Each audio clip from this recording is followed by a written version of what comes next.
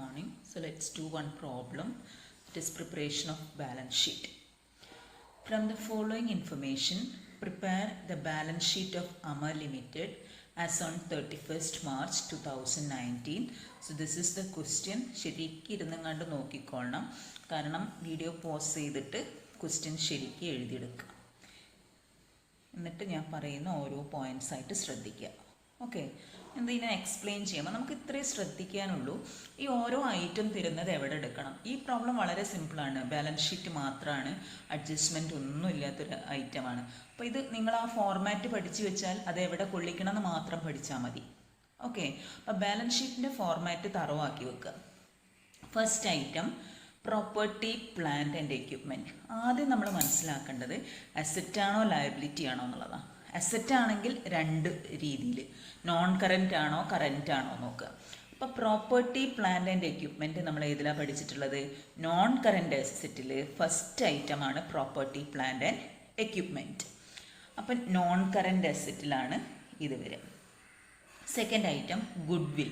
ഗുഡ്വില്ലും ഏത് തന്നെയാണ്? Goodwill non current അസറ്റിൽ, അതായത് നമ്മളെ ഫോർമാറ്റ് ഓർമ്മ വരണം.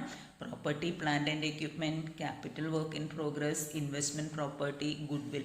ഫോർത്ത് ഐറ്റം ആയിട്ടാണ് ഗുഡ്വിൽ കാണിക്കുക. Okay, then equity capital. അപ്പോൾ ഇക്വിറ്റി ക്യാപിറ്റൽ എന്ന് പറയുമ്പോൾ ഉടനെ ഓർമ്മ വരണം ഏത് സൈഡാണ്? ലയബിലിറ്റി സൈഡിലാണ് ഫസ്റ്റത്തെ ഐറ്റം ഇക്വിറ്റി എന്ന് പറഞ്ഞിട്ടുള്ള ഐറ്റത്തിൽ വരണം. Then 8% debentures. ഡിബെഞ്ചേഴ്സ് എന്ന് പറഞ്ഞാൽ നമുക്കറിയാം, നമ്മൾ പഠിച്ചു കഴിഞ്ഞതാണ്. ഡെറ്റ് ക്യാപിറ്റൽ ആണ്, ബോറോയിങ്സ് ആണ്. It is same as long term borrowings. So it is shown under liabilities.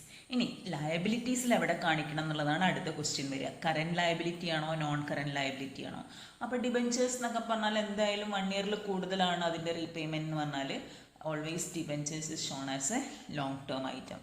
Okay, അപ്പോൾ ഡിബെഞ്ചേഴ്സ് എന്ന് പറയുന്നത് നോൺ കറൻറ്റ് ലയബിലിറ്റീസിൽ ഫിനാൻഷ്യൽ ലയബിലിറ്റീസ് എന്നുള്ള ഹെഡിൽ കാണിച്ചോളാം. ഓക്കെ, അപ്പോൾ അതാണ് ഞാൻ ഫോർമാറ്റ് ശരിക്കും പഠിക്കണം എന്ന് പറയുന്നത്. തുടക്കം തന്നെ ഫോർമാറ്റ് നിങ്ങൾക്ക് തറവായി കഴിഞ്ഞിട്ടുണ്ടെങ്കിൽ വേറെ ഒന്നും പേടിക്കാനില്ല. ഞാൻ നാളെ ലൈവിൽ വരുന്നുണ്ട്. അപ്പോൾ എല്ലാവരും ഫോർമാറ്റ് എനിക്ക് ശരിക്കും പറഞ്ഞു തരണം. ഓരോ ഐറ്റത്തിൻ്റെ അണ്ടറിൽ ഏതൊക്കെ വരുന്നു എന്നുള്ളതും കൂടെ പറയണം. Next capital work in progress. Capital work in progress എന്ന് പറയുന്നത് നോൺ കറൻറ്റ് അസറ്റിൽ സെക്കൻഡ് ഐറ്റമായിട്ട് നമ്മൾ എടുക്കുന്നതാണ്. പേറ്റൻറ്റ് റൈറ്റ്, ഫ്രാഞ്ചൈസീസ്, ഇതെല്ലാം എന്താണ്? ഇൻടാഞ്ചിബിൾ അസറ്റാണ്. കോപ്പി റൈറ്റ്, സോഫ്റ്റ്വെയർ എല്ലാം. അപ്പോൾ ഈ സംഭവങ്ങൾ നമ്മൾ ഏതിലെടുക്കേണ്ടത്? ഇൻടാഞ്ചിബിൾ അസറ്റിൽ ഗുഡ്വിൽ മാത്രം സെപ്പറേറ്റ് കാണിക്കും, ബാക്കിയെല്ലാം അതർ ഇൻടാഞ്ചിബിൾ അസറ്റ് എന്നുള്ള ഹെഡിലാണ് കാണിക്കുക. അപ്പോൾ ഈ രണ്ട് ഐറ്റം വന്നതുകൊണ്ട് it is better to prepare notes. Problem ചെയ്യുന്ന സമയത്ത് ഞാൻ കാണിച്ചുതരാം എങ്ങനെയാണ് നോട്ട്സ് പ്രിപ്പയർ ചെയ്തിട്ട് ആ ടോട്ടൽ എമൗണ്ടാണ് നിങ്ങൾ ബാലൻസ് ഷീറ്റിലേക്ക് എഴുതേണ്ടത്. Okay, next item investment property. അപ്പോൾ ഇൻവെസ്റ്റ്മെൻറ്റ് പ്രോപ്പർട്ടി എന്ന് പറയുന്നത് നോൺ കറൻറ്റ് അസറ്റിലെ തേർഡ് ഐറ്റമാണ്. General reserve. എല്ലാ ടൈപ്സ് ഓഫ് റിസർവ്സും എവിടെ എടുക്കാനാണ് പറഞ്ഞിട്ടുള്ളത്? റിസർവ്സ് ആൻഡ് സർപ്ലസ് എന്ന് പറഞ്ഞിട്ട് നമുക്ക് ഇക്വിറ്റീൻ്റെ അടിയിലൊരു ഹെഡ് ഉണ്ട്, അതർ ഇക്വിറ്റി എന്ന് പറഞ്ഞിട്ട്. അവിടെയാണ് നിങ്ങൾ റിസർവ്സ് കാണിക്കേണ്ടത്. റിസർവ്സ് ആൻഡ് സർപ്ലസ് കേട്ടോ. അപ്പോൾ ഈ രണ്ട് ഐറ്റം, ജനറൽ റിസർവ് അതേമാതിരി surplus as per income statement, ഇത് രണ്ടും നിങ്ങൾ കൊടുക്കേണ്ടത് അതർ ഇക്വിറ്റി എന്നുള്ള ഹെഡിലായിരിക്കണം. Okay, next item provisions for contingencies. Long term ഉണ്ട്, ലോങ് ടേം എന്ന് പ്രത്യേകം പറഞ്ഞു തന്നിട്ടുണ്ട്. അപ്പോൾ നമ്മൾ പ്രൊവിഷൻസ് രണ്ട് സ്ഥലത്ത് എടുക്കുക. പ്രൊവിഷൻസ് എപ്പോഴും ലയബിലിറ്റി സൈഡിലാണ് കാണിക്കുക കേട്ടോ. അപ്പം ലോങ് ടേം ആണെങ്കിൽ നോൺ കറൻറ്റ് ലയബിലിറ്റീസിൻ്റെ അണ്ടറിലും കാണിക്കണം. ഷോർട്ട് ടേം പ്രൊവിഷൻ ആണെങ്കിൽ കറൻറ്റ് ലയബിലിറ്റീസിൻ്റെ അണ്ടറിലും. അപ്പോൾ ഇത് ലോങ് ടേം എന്ന് പ്രത്യേകം തന്നതുകൊണ്ട് നോൺ കറൻറ്റ് ലയബിലിറ്റീസിൻ്റെ അണ്ടറിൽ പ്രൊവിഷൻസ് ഫോർ കണ്ടിൻജൻസീസ് കാണിക്കാം. Okay, and short term borrowings. Short term borrowings എന്ന് കേൾക്കുമ്പോൾ ലയബിലിറ്റി ആണെന്നുള്ളത് ഉറപ്പാണല്ലോ. അപ്പം ഷോർട്ട് ടേം എന്നുള്ള വേർഡും അവിടെ ഉള്ളത് കൊണ്ട് കറൻറ്റ് ലയബിലിറ്റീസിൻ്റെ അണ്ടറിലാണ് കാണിക്കുക. കറൻറ്റ് ലയബിലിറ്റീസിൻ്റെ അണ്ടറിൽ ഏതിലാണ് വരിക? ഫിനാൻഷ്യൽ ലയബിലിറ്റീസിൽ. Okay, then next item deferred tax assets. ഇത് അസറ്റാണ്. ഡെഫേർഡ് ടാക്സ് അസറ്റ് എവിടെ കാണിക്കാനാണ് പറഞ്ഞിട്ടുള്ളത്? നോൺ കറൻറ്റ് അസറ്റിൽ ലാസ്റ്റ് ആയിട്ട് ഡെഫേർഡ് ടാക്സ് അസറ്റ് കാണിക്കാം. ദെൻ ഇൻവെൻട്രീസിന് സെപ്പറേറ്റ് ആയിട്ട് കറൻറ്റ് ലയബിലിറ്റീസിൻ്റെ അണ്ടറിൽ കാണിക്കാം. ട്രേഡ് റിസീവബിൾസും കറൻറ്റ് അസറ്റ്സിൻ്റെ താഴെയായിട്ട് കാണിക്കാം.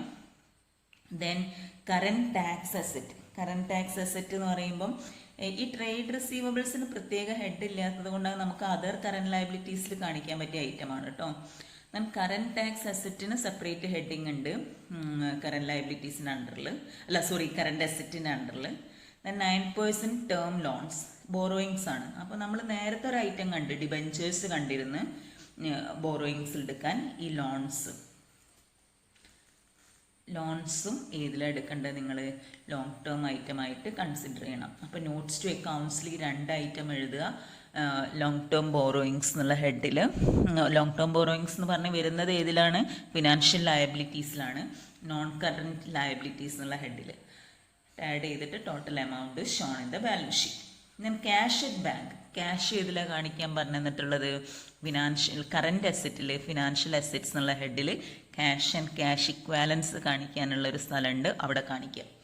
Then current tax liabilities. Current tax എന്ന് പറയുന്നത് ലയബിലിറ്റിയാണ്. അപ്പോൾ ലയബിലിറ്റീസ് ആയിട്ടുള്ള വരിക. കറൻറ്റ് ടാക്സ് ലയബിലിറ്റി ആയതുകൊണ്ട് എവിടെ എടുക്കേണ്ടത്? കറൻറ്റ് ലയബിലിറ്റീസ് എന്നുള്ള ഹെഡിൽ പ്രൊവിഷൻസിൻ്റെയൊക്കെ താഴെ കൊണ്ട് കറൻറ്റ് ടാക്സ് ലയബിലിറ്റീസ് എന്നുള്ളൊരു ഹെഡ് തന്നെ വരുന്നുണ്ട്, അവിടെ കാണിച്ചിരിക്കണം. ക്ലിയർ ആണോ? അപ്പോൾ ഇത്രയാണ് പ്രോബ്ലം വരുന്നത്. അപ്പോൾ ഇത് ചെയ്തതൊന്ന് കാണിക്കാം. ഉണ്ടോ? പ്രോപ്പർട്ടി പ്ലാന്റ് ആൻഡ് എക്യുപ്മെൻറ്റ് ക്വസ്റ്റ്യനിൽ തന്നതാണ്. ഇതിനൊന്നും നോട്ട്സ് ടു അക്കൗണ്ട്സിൻ്റെ ആവശ്യമില്ല, ഒരൊറ്റ ഐറ്റമേ ഉള്ളൂ. Capital work in progress only 1 item. Then investment property 10 lakh only 1 item. So no need to prepare notes to accounts. Then goodwill, അത് ഗുഡ്വിൽ എന്ന് പറഞ്ഞ് 5 lakhs തന്നിട്ടുണ്ട്, അത് അങ്ങനെ തന്നെ എഴുതിയാൽ മതി. Other intangible asset. Other intangible asset എന്ന് പറഞ്ഞാൽ ഞാൻ പറഞ്ഞ പേറ്റൻസ്, ഫ്രാഞ്ചൈസീസ് എല്ലാം വരുന്നുണ്ട്. അപ്പം നമ്മൾ എന്ത് ചെയ്യണം? We have to prepare notes to accounts. ഇതിനെയാണ് നോട്ട്സ് ടു അക്കൗണ്ട്സ് എന്ന് പറയാം. അതായത് ഒരേ ഹെഡിൽ തന്നെ കുറേ ഐറ്റംസ് വരുന്നുണ്ടെങ്കിൽ നിങ്ങൾ ഇങ്ങനെ നോട്ട്സ് പ്രിപ്പയർ ചെയ്യണം. അപ്പം അതർ ഇൻടാൻജിബിൾ അസെറ്റ്സ് എന്നുള്ള നോട്ട് നമ്പർ 1 കൊടുക്കുക. പേറ്റൻറ്റ് റൈറ്റ് ഫ്രാഞ്ചൈസി എന്ന് കൊടുക്കുക. ടോട്ടൽ കണ്ടുപിടിക്കുക. അപ്പോൾ ടോട്ടൽ 12,60,000 കിട്ടി. ഈ ടോട്ടലാണ് നിങ്ങൾ എവിടെ കാണിക്കേണ്ടത്? ബാലൻസ് ഷീറ്റിൽ കാണിക്കുക. മനസ്സിലായോ? അപ്പം അതർ ഇൻടാൻജിബിൾ അസെറ്റ്സ് പറഞ്ഞിട്ട് ടോട്ടൽ 12,60,000 കിട്ടി. നോട്ട് നമ്പർ 1 ഇട്ട്. അപ്പം നോട്ട്സ് നിങ്ങൾ പ്രിപ്പയർ ചെയ്യുന്നുണ്ടെങ്കിൽ 1, 2 എന്ന് പറഞ്ഞിങ്ങാണ്ട് നിങ്ങൾക്ക് കാണിക്കാം. Okay. Then next item financial അസറ്റ്സിലൊന്നുമില്ല, ബയോളജിക്കൽ അസറ്റ്സിലൊന്നുമില്ല. വെറുതെ നിങ്ങൾ പക്ഷേ ആ ഫോർമാറ്റ് നിങ്ങൾ തറവാക്കി കഴിഞ്ഞിട്ടുണ്ടെങ്കിൽ ഇങ്ങനെ എഴുതിപ്പോയിക്കോളൂ. അവിടെ ഇല്ലെങ്കിൽ നില്ലെന്ന് എഴുതിയാൽ മതി, ഒരു ഡാഷ് ഇട്ടാൽ മതി. ഓക്കെ, ബ്ലാങ്ക് ആക്കി വിടുക. ഇനി ഡെഫേർഡ് ടാക്സ് അസെറ്റ് 1,40,000 ക്വസ്റ്റ്യനിൽ തന്നതാണ്. ഇനി കറൻറ്റ് അസെറ്റ് ആണ്. കറൻറ്റ് അസെറ്റിൽ ഇൻവെൻട്രി ഈസ് ഗിവൺ. ഇൻവെൻട്രി എത്രയാ?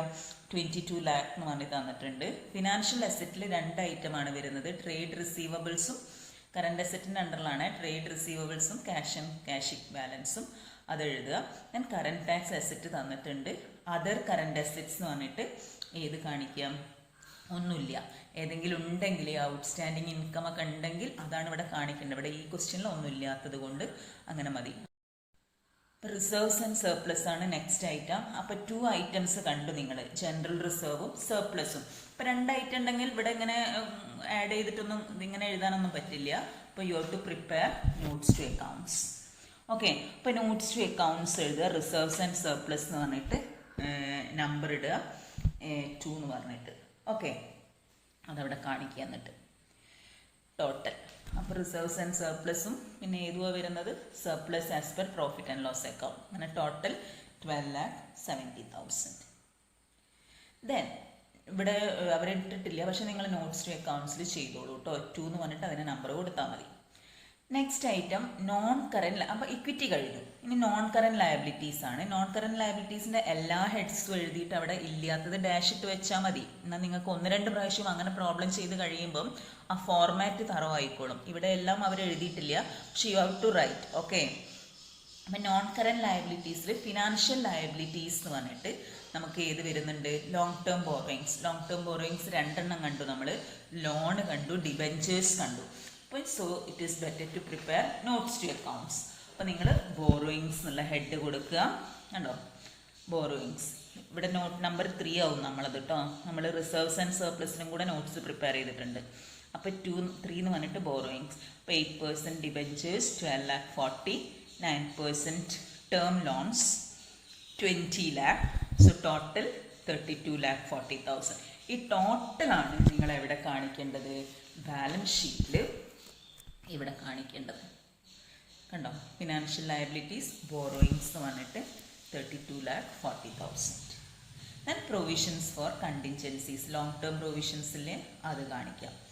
ഇത്രയാണ് നമ്മുടെ നോൺ കറൻറ്റ് ലയബിലിറ്റീസ് വരുന്നത്. Last item current liabilities. Current ലയബിലിറ്റീസിൽ ഫിനാൻഷ്യൽ ലയബിലിറ്റീസ് പറഞ്ഞിട്ട് trade payables, short term borrowings തന്നിട്ടുണ്ട്. ഇവർ തന്നത് മാത്രം എടുത്ത് എഴുതിയത്. നിങ്ങൾ എല്ലാം എഴുതി പഠിച്ചോളൂ. 1-2 പ്രോബ്ലത്തിൽ അവിടെ ഇല്ലാത്തതിൻ്റെ അവിടെ ഡാഷ് ഇട്ടാൽ മതി.